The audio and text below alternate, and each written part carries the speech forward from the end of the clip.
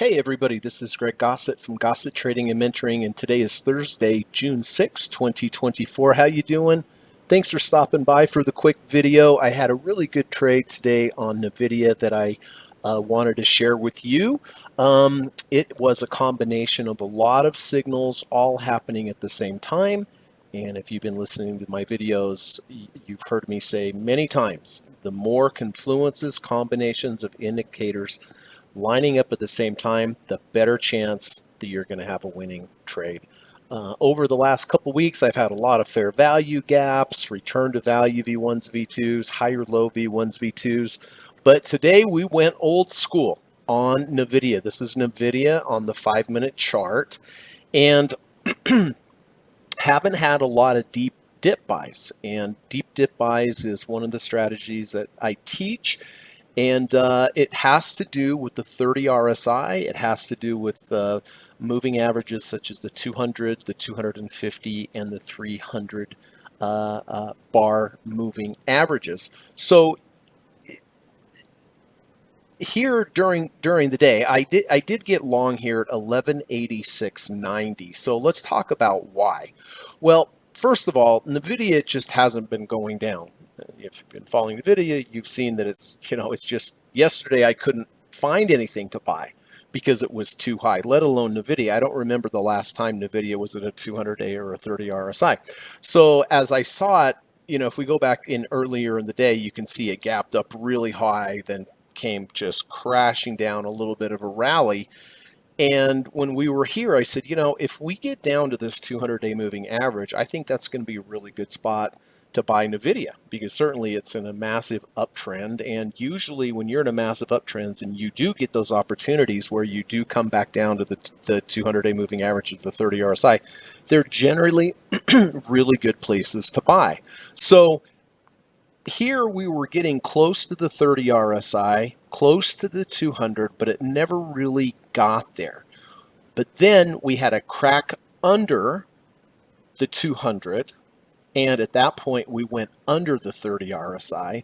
And then intra-bar, when we reversed back up and created this V1, a V1 consists of two bars, bar 1, bar 2. Bar 2 has to go under the low of bar 1 and then get to the close of bar 1. Well, that all happened right here where I bought, where we had an intra-bar rejection of the 200-day moving average. We had an under 30, over 30, and we triggered a V1. Take a look at the volume on this particular bar.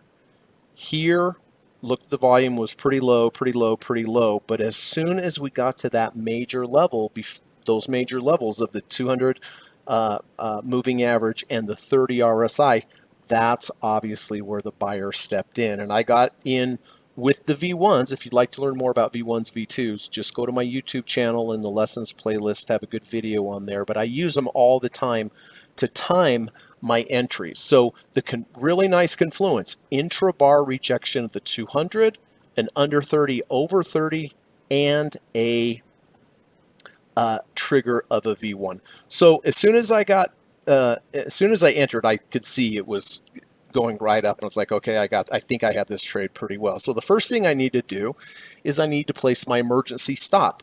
That's the worst case scenario. That is always the value of 2 ATRs below my entry. At the moment where I bought this, the 2 ATR on the intraday was about $10. So I placed my emergency stop $10 below my entry. My end of day stop was simply going to be a close beneath the 200-day moving average. So always two stops. Emergency stop, 2 ATRs is what I choose to use.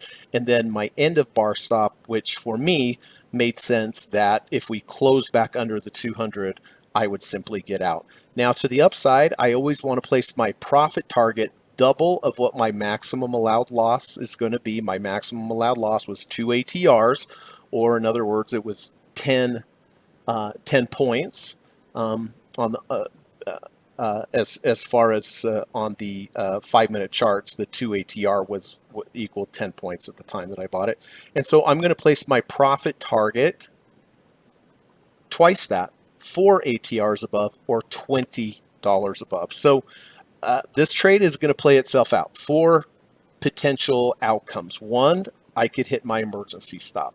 Two, it would close below the 200-day moving average, and I would hit my end of bar stop. Three, I'm going to hit my profit target. And four, it's not going to hit any of these, and the day's going to run out. Maybe it will be, maybe a little profit, maybe a little loss, whatever. But today was fortunate that it did 15 minutes before the market closed. I placed the limit order there for my profit target, 4 ATRs above my entry, and it got there. 20.08 points to the upside, 1.66% gain on the trade. But the key is being patient and waiting for those signals to come. And again, this is old school deep dip buy. Under 30, under 30, over 30. Intra-bar rejection of the 200, and cherry on top was the V1. And if you'd like to learn more about V1s, about deep dip buys, I have a course on udemy.com. The link's in the description. It's a really great course. I take you step by step and teach you every single thing you need to know about buying deep dip buys. And it's very affordable. The Udemy link's in the description. So anyway, that was the trade, and I hope you found this helpful. If it was helpful, I'd appreciate if you could hit the thumbs up button. Also, I do have a podcast on the weekends called the Gossett Trading and Mentoring Weekend Review, where I review all the swing trades on the daily time frame and the weekly time frame that I did for the previous week. It shows all my trades, when I entered, why I entered, what were the setups, what were the confluences of signals, and then how I managed the trade going forward. And then after that, we talk a little bit about trader psychology, and then we go into what levels that I'm looking at in the coming week for potential new trades. And I go through all my master watch list, and I highlight both on the daily and the weekly time frames where I'm waiting for those markets to get to for me to be interested in buying them. But I think you'll like it. I think you'll find it helpful. And so if you have some time on the weekend, check it out. All right. Thank you so much, everybody. I hope you have a good rest of your day, and thanks for tuning in. I'll talk to you later. Bye-bye.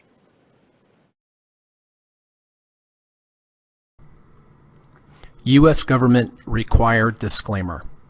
Stock, options, futures, and forex trading is not appropriate for everyone. While there is a potential for large rewards, there is also a substantial risk of loss associated with trading. The material in this video or live broadcast is not geared towards any particular individual or to any particular financial situation, and is not intended to meet the particular investment objectives of any viewer. This video or live broadcast, like all instructional materials produced by Gossett Trading and Mentoring LLC, is created and published for informational and educational purposes only. Any and all information contained in, implied, or referenced by this video or live broadcast is not to be construed as investment advice, and no representation is made that any individual or entity involved in production of this video or live broadcast is an investment or financial advisor or is registered or authorized to give any financial advice. We are publishers and educators only.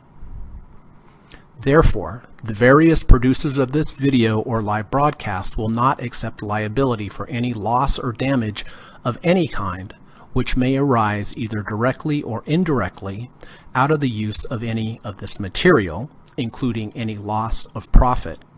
No representation is made that any account or investment will or is likely to achieve the profit or losses demonstrated. We recommend consultation with a licensed and qualified professional before making any investment decision. This video or live broadcast is not to be construed as an offer to buy or sell any security, financial instrument, or financial product of any kind. Notice is hereby given that any individual or entity involved in production of this video or live broadcast or their clients may have an interest in any security, financial instrument, or financial product mentioned or referenced. Any simulated or hypothetical performance result depicted does not represent actual trading and therefore may under or overcompensate for the impact of various market factors, such as lack of liquidity. Thank you.